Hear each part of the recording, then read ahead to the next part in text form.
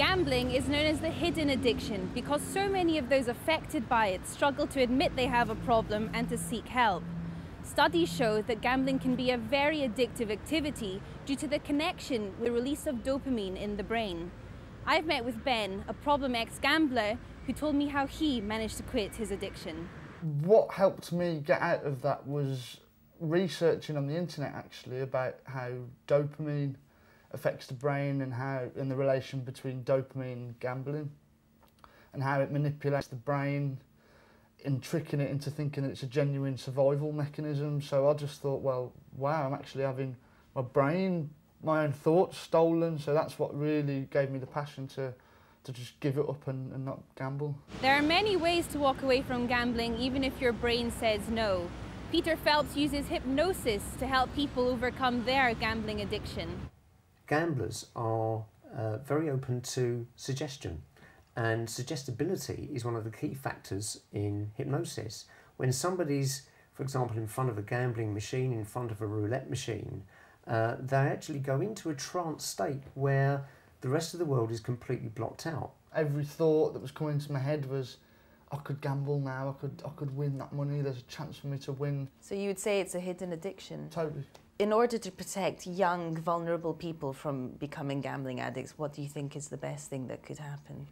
I think there's a few things need to happen. I think education in schools from a very early age, like they do with drugs and alcohol and smoking, is gambling should be on that agenda. I've asked a few young people questions regarding their gambling habits. You at home should try answering yes or no too to the following questions to see how much of a gambler you are. Do you gamble?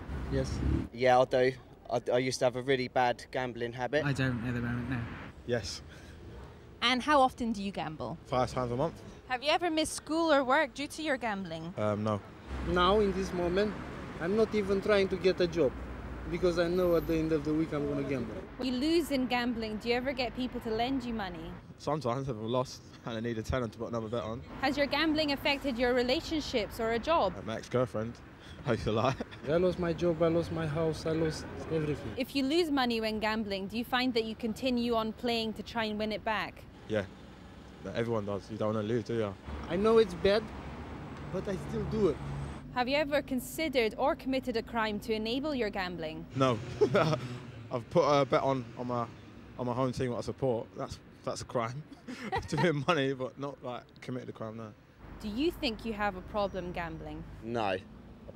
I just treat myself to the bingo of a little score, 40 quid, and that's it. Once a month. But it's nothing compared to how bad I was. I can start. I don't really like. I'm not like in here every day. Like whatever. I'm not addicted now. Maybe it's me, but are thousands like me. So maybe it's not me. Maybe it's the system. If you answered yes to just one question, it sounds like you have your gambling under control. If you answered yes to more than 3, then it could be the beginning of something serious. And if you answered to more than 5, then you really should seek help.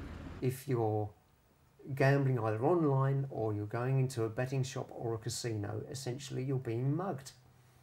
And if you can see it that way, that going into a betting shop or even going online is just like walking past a gang of muggers, you wouldn't walk straight into that, would you? You'd stay away from it. You'd feel the fear. You're going to have everything taken off you. You're going to have your pockets completely cleaned out. But that's what gambling does. So, high levels of dopamine is a common occurrence amongst gamblers, and the same can be said for drug and alcohol addicts too, who suffer from this fake short-term happiness.